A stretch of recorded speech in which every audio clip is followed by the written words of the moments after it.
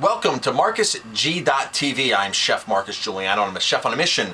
Today's mission is about grass-fed beef. There's a lot of restaurants out there that say they have grass-fed beef, that are convinced they have grass-fed beef, that don't have grass-fed beef. And then when you confront them about it, like I do, they argue with you and they, get all upset and tell you they're uncomfortable with you and this and that. When really, you as a consumer have every right to know if your beef is grass-fed or not.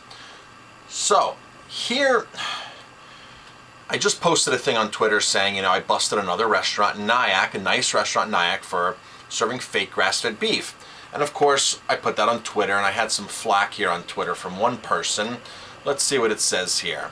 From @CanyonRose, responds to me and says, all beef is grass-fed. Okay. So I responded saying, yes, all beef is grass-fed to a certain point of its life, but most beef goes into feedlots. And they're fed corn, grain, and they're considered grain finished. So here's the big question, or the big issue, or the big differences here. Yes, indeed, all beef starts out on grass, typically because that's cattle's natural diet. So when the first farmer has it, or the second or the third, they keep it out on grass, they let them graze. There's no reason to start fattening them up that early in life. But once they get around a year old, 12 months, 14 months, then they switch them over into consolidated feedlots or into a mostly grain diet. Certain ranchers, small guys, will keep them out on grass pasture and supplement them with grain, okay? Which means that they're pasture raised, have access to grass, and have access to grain.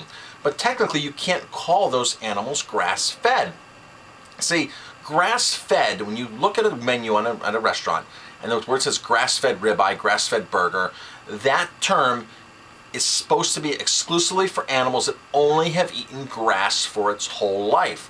Not animals that ate grass a year prior to its slaughter, okay?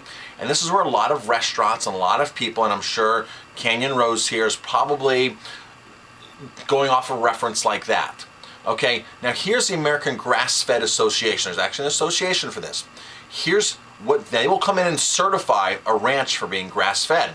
Diet. This is right on their page, americangrassfed.org, okay? Diet. Animals that are fed only grass and forage from weaning, which means they're taken away from their mother, from the milk, until harvest, which means until they're processed. The diet. Animals are fed only grass and forage from weaning till harvest. That's the definition of grass-fed. Confinement. Animals are raised on pasture without confinement to feedlots. Pretty simple. Antibiotics and hormones. Animals are never treated with antibiotics or growth hormones. It's simple as that. That's the definition of grass-fed. When you see a steak that says grass-fed ribeye, grass-fed T-bone, grass-fed porterhouse, that animal is supposed to have only eaten grass or forage, because there's other different things going on out there in the field besides grass. There's weeds and stuff. So that's the forage, but that's basically what they're talking about. They're not talking about giving it corn. They're not talking about putting it into a feedlot. They're not talking about that. So these chefs, I just spoke to one today, said, well, the animal has been on grass. Well, it's been on grass at 9 months, 10 months, 11 months, but it hasn't been on grass for a full year. You can't do this, and chefs don't understand this. You look at the USDA requirements too. You look at these definitions of grass-fed. You look to the health community, who's so strict. You look at Joe Robinson's book, Why Grass-Fed is Best. This definition is universal.